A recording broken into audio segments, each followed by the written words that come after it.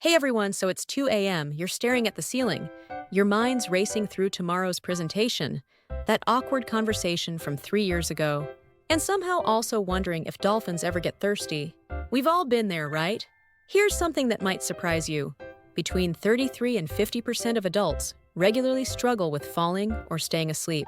That's literally half the population lying awake right now. So if you're watching this at 3 a.m. feeling alone, trust me, you're not. I'm going to share 4 science-backed techniques that actually work, and more importantly, why they work. Because understanding the mechanism makes them so much more powerful. Thing number 1, the 20-minute rule. If you can't fall asleep within about 20 minutes, get out of bed. I know your bed is warm and comfortable, but here's why this works. Your bed should be strongly associated with sleep, not with lying awake feeling frustrated.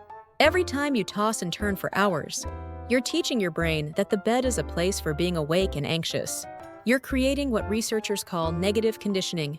In a study where family physicians used stimulus control treatment with chronic insomnia patients, 80% of participants reduced their sleep onset latency. Even better, 6 out of 7 patients who were using sleeping pills either reduced or completely stopped their medication.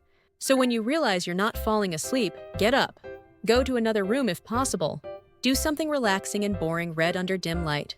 Listen to a calm podcast, maybe fold some laundry. The key word is boring. You're not scrolling social media or watching intense shows. When you actually feel sleepy, genuinely sleepy, not just tired, go back to bed. If you're still awake after another 20 minutes, repeat the process. Yes, you might feel like a yo-yo the first few nights, but you're retraining your brain to associate your bed with falling asleep quickly, not with hours of frustration. Thing number 2, the 4-7-8 breathing technique. Here's something you can do while lying in bed. It's called the 4-7-8 breathing technique, popularized by Dr. Andrew Weil, with roots in ancient yogic practices. Breathe in through your nose for 4 counts. Hold your breath for 7 counts. Then exhale through your mouth for 8 counts, making a whooshing sound. Repeat this cycle 4 times. Why does this work? When you're lying awake, your sympathetic nervous system, your fight or flight response, is often still activated. The 4-7-8 technique activates your parasympathetic nervous system, your body's natural relaxation response. A study from Thailand showed that after just 3 sets of 6 cycles each, researchers found improvements in heart rate variability and blood pressure. Recent research from 2023 showed that controlled breathing techniques can significantly reduce stress and anxiety in as little as 5 minutes. When you do slow, controlled breathing, researchers have observed an increase in theta and delta brainwaves, the same waves associated with deep relaxation and early stages of sleep. You're literally shifting your brain from a wakeful state to a sleep-ready state. The long exhale is particularly important. When you exhale slowly, you're sending a signal to your brain that says, "We're safe, we can relax now." It forces your mind to focus on counting and breathing, rather than replaying embarrassing moments from 5 years ago. Thing number 3, the body scan meditation. This technique addresses physical tension you're holding onto without even realizing it. You systematically move your attention through different parts of your body, from your toes to the top of your head, just noticing sensations. Here's why this works when you're lying awake. Your mind is usually spinning with thoughts. A body scan gives your mind something specific and neutral to focus on, which interrupts that anxious pattern. A randomized clinical trial from UCLA found that mindfulness meditation significantly improves sleep quality among older adults with sleep disturbances. Another study on adolescents found that those who practiced body scan meditation had significant improvements in objectively measured wake after sleep onset. They weren't just feeling better, they actually were sleeping better. Start by bringing your attention to the top of your head. Notice what you feel there, maybe pressure, where your head touches the pillow, maybe tingling, maybe nothing. Then slowly move down. Your forehead, eyes, jaw, is it clenched?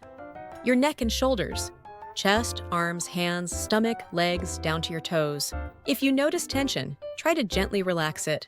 If you can't, that's okay, just acknowledge it and move on. You're not judging or forcing anything. You're just observing. And because your mind can only truly focus on one thing at a time, this provides relief from anxious thoughts. If your mind wanders, and it will just guide your attention back. You might drift off before finishing the scan, and that's actually ideal. Thing number 4, understanding your sleep drive.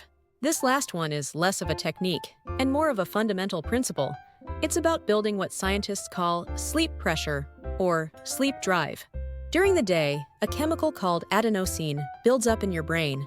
The longer you're awake, the more adenosine accumulates and the sleepier you feel. When you sleep, adenosine gets cleared out.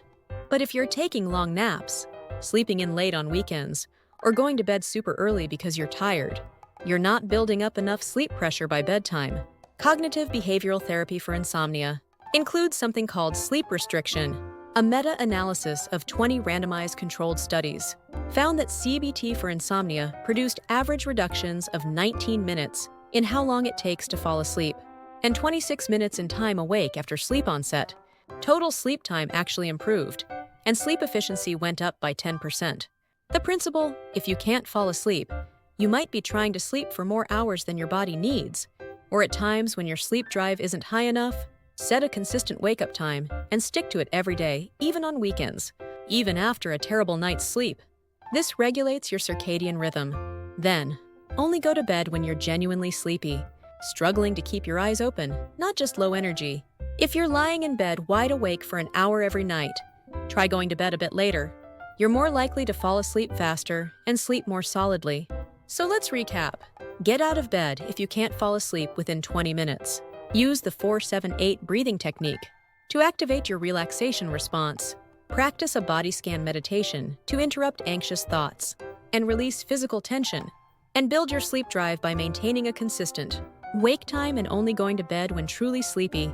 These techniques are completely free, have no side effects, and research shows they produce results equivalent to or better than sleep medication, with improvements that continue long after you stop practicing them. Chronic insomnia isn't usually about a lack of trying to sleep. It's often about trying too hard or creating negative associations through our habits. These 4 techniques address the actual mechanisms underlying insomnia. If you've been dealing with severe insomnia for months or years, these are a great start. But you might also benefit from working with a sleep specialist or therapist trained in cognitive behavioral therapy for insomnia. The good news is that chronic insomnia is highly treatable. Research shows behavioral interventions yield reliable, robust, and long-term benefits. So tonight, when you find yourself wide awake at 2 a.m., you've got a toolbox now. Try these techniques. Be patient with yourself.